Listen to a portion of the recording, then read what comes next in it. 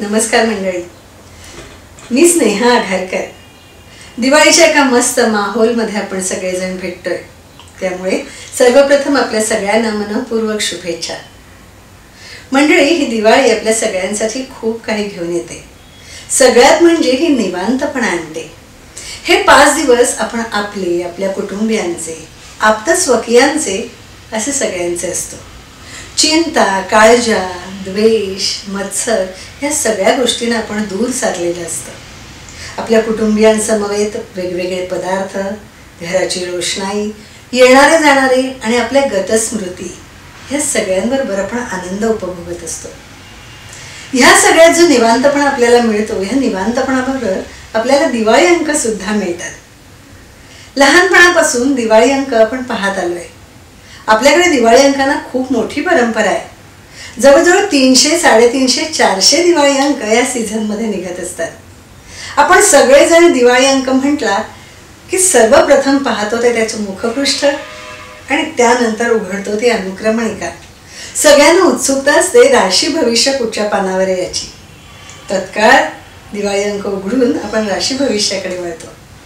मंडळी, आपण स्वतःला कितीही आधुनिक म्हणत असलो तरीही आपल्या सगळ्यांना आपल्या भविष्यात काय दडलंय, आपण कशी वाटचाल करायची, वाटचाल कशी होणार आहे, वाटेत खाच खळगे खड्डे कुठे आहेत, ते कसे पार पडायचे, या सगळ्याविषयी जाणून घेण्याची उत्सुकता असते.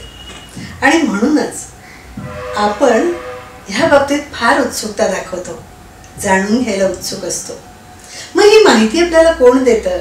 तर एक जाणकार ज्योतिषी. हो, ज्योतिषी. ज्योतिषी म्हटलं की आपल्या डोळ्यासमोर एक मार्गदर्शक उभा राहतो. आपली पत्रिका, आपली जन्मवेळ किंवा आपल्याजवळ जे काही असेल ते, हे नसलं तर किमान आपला हात, हे घेऊन आपण ज्योतिषाकडे जातो. हा ज्योतिषी खूप मोठा मानसोपचार तज्ज्ञ असतो. तो एक चांगला मार्गदर्शक असतो. तो अत्यंत विश्वासू अशा पालकाची भूमिका सुद्धा बजावत असतो. इकडून जा, इकडून जाऊ नको, हे धोके आहेत, हे टाळता येतील, याबद्दलचं अनेक चांगल्या प्रकारचं मार्गदर्शन तो आपल्याला करत असतो. आणि दिवाळीच्या या माहोलमध्ये आपल्याला आपलं पुढचं वर्ष कसं जाणार आहे हे जाणून घ्यायची इच्छा असते. म्हणूनच आजच्या ह्या कार्यक्रमाच्या निमित्ताने आपण सगळेजण भेटतोय.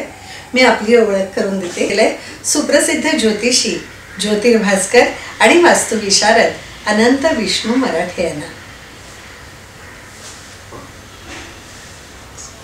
21व्या शतकात ज्योतिष आणि वास्तुशास्त्राचं महत्त्व या विषयावर त्यांनी अनेक व्याख्यानं दिली. नवरा माझ्या राशीला हा एक विनोदी 1 तासाचा माहितीपूर्ण कार्यक्रम ते सादर करतात. त्याचे प्रयोगही अनेक झालेत. आजपर्यंत अनेक घरं, कारखाने, हॉटेल्स आणि अनेक वास्तू तोडफोडी विना दोष निवारण मुक्त केले. गेली 10 वर्ष ठाण्यामध्ये प्रत्यक्ष ज्योतिषशास्त्राचे वर्ग ते घेत आहेत. अनेक उत्तम विद्यार्थी त्यांनी आतापर्यंत तयार केलेत. मित्रांनो, आपल्या सगळ्यांना ती सुप्रसिद्ध गाण्याची ओळ माहिती आहे, के सेरा सेरा. ज्यांना माहीत नाही त्यांना माहीत नाही, पण ज्यांना या भविष्याविषयी, पुढे घडणाऱ्या कालखंडाविषयी माहिती आहे, त्यांच्याकडून आपल्याला जाणून घ्यायला काय हरकत आहे? घेऊया जाणून मराठे सरांकडून. प्रत्येक जण स्वतःला यश, प्रसिद्धी, सांपत्तिक स्थिती या सगळ्याविषयी जागरूक असतो आणि ही स्थिती सुधारावी. यामागचं हेच कारण आहे की कोणत्याही माणसाची घटना घडताना प्रारब्ध आणि कर्म या 2 चाकांच्या मधनं, म्हणजे आपण जी व्हील्स म्हणतो, लाईफ व्हील्स, ती प्रारब्ध आणि कर्म हीच व्हील्स आहेत. मग आपल्याला प्रारब्धात काय आहे हे बघून घेतल्याशिवाय कर्म कसं सुधारायला पाहिजे हे कळत नाही. आणि प्रारब्धामध्ये एखादी गोष्ट घडणार आहे किंवा नाही घडणार आहे, किंवा केव्हा घडणार आहे, किंवा कोणत्या वेळेला काय अडचण येणार आहे, ह्या गोष्टी जर कळल्या तर त्याप्रमाणे आपण कर्म सुधारू शकतो. म्हणजे ग्रहस्थिती चांगली असल्याशिवाय कोणतीही घटना होत नाही आणि प्रारब्धामध्ये ग्रहस्थितीच असते. म्हणजे थोडक्यात उदाहरण द्यायचं झालं तर आपल्याला असं वाटतं की संतती म्हणजे काय, म्हणजे लेकुरे उदंड झालीमध्ये श्रीकांत भोगेंचं एक विनोदी वाक्य आहे, अगं मुलं काय व्हायचीच, त्यांना काय कळतं आहे. पण तसं नसतं. ग्रहस्थितीप्रमाणे मुलं होणं ही सुद्धा एक तुमच्या भाग्यात लागतं. मग ती स्थिती केव्हा आहे हे बघणं गरजेचं आहे. नोकरीमध्ये प्रमोशन केव्हा मिळणार आहे, किंवा मी प्रवासाला केव्हा जाणार आहे, या सगळ्या गोष्टींकरता ग्रहस्थिती सहाय्य करत असते. मग आपल्याला जर त्या पद्धतीने कळलं तर त्या पद्धतीने आपण पुढे जाऊ शकतो. मग एखाद्या गृहस्थाला जर समजा परदेशात जायचं आहे पण त्यावेळेला त्याची ग्रहस्थिती जर का परमिशन देत नसेल तर त्याला कितीही विसा किंवा काय मिळालं तरी आयत्यावेळी अडचणीन तो मागे येतो. मग तो म्हणतो की बघा कर्मच माझं असं. तर कर्म तुझं तसं नाही, प्रारब्ध तुझं तसं. म्हणून आपल्याला GPS सिस्टीमसारखं आपल्याला बघायला पाहिजे. म्हणजे समजा लोणावळा जायचं असेल तर रस्त्यात जाताना खड्डे किती आहेत, वळणं किती आहेत, ह्या गोष्टी जर अगोदर माहिती असतील तर चालकाला ती गाडी चालवायला व्यवस्थितपणा येतो. तसंच आपण आपल्या आयुष्यामध्ये पुढे काय वाढून ठेवलं आहे किंवा दडलं आहे, ग्रह केव्हा साथ देणार आहेत किंवा केव्हा साथ नाही देणार आहेत हे कळलं तर आपलं आयुष्य आपण चांगल्या पद्धतीने पुढे जाऊ शकतो.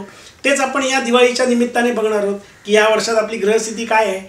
आणि बरेच वेळा असंही होतं बरं का की आपण कर्मही करतोय, प्रारब्धही चांगलं आहे असं वाटतंय, यश येत नाही. ह्याचं कारण काय, तुमची कुठेतरी उपासना आणि साधना कमी पडते.